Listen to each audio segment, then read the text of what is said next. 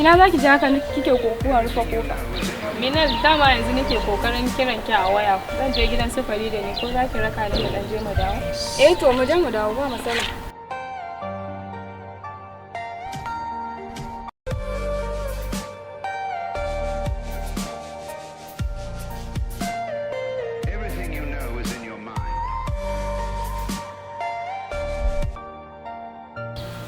Wai wacce hariya kake kallo?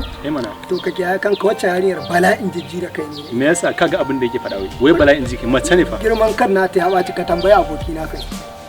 Sakina?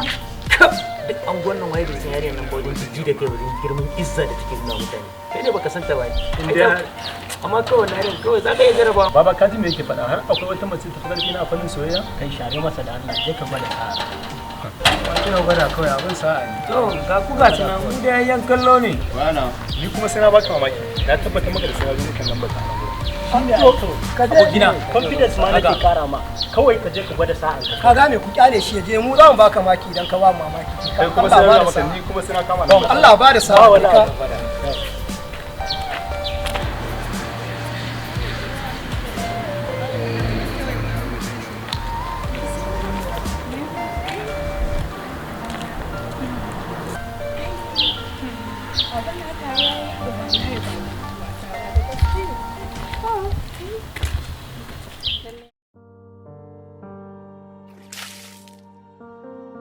Amincin Allah ya tabbata a gare ki, ya mai kyan diri da hasken zuciya. Ina yi miki albishir da cewa, duk namijin da ya mallake ki a matsayin uwar 'ya'yansa, haƙiƙa ya yi babban katari. Dirin dai ka gani, amma baka san zuciyar ba.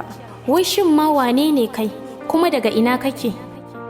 Daga garin garkuwar zuciya, so, sanadin dukkan halittar da ke numfashi a doron duniya.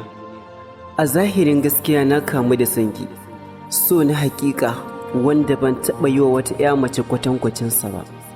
Da ganin sarkin fawa sai miya ta yi zaƙi? A tunanina ba mu taɓa ganin juna ba. So ba ruwansa da neman asali, nasaba ko cancanta, kuɗi ko mulki, kyawun jiki ko launin fata, son gaskiya ba ruwansa da wannan.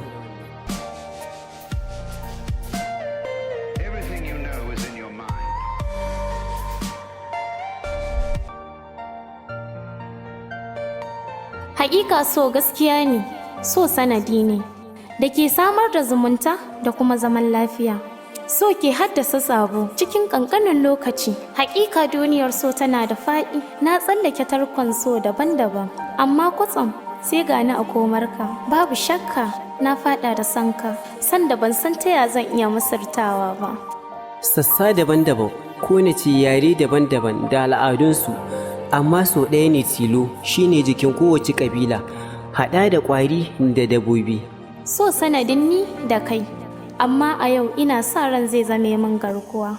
Amma ina so ka tausasa min, kar ka yi amfani da wannan damar ka yaudari rayuwata.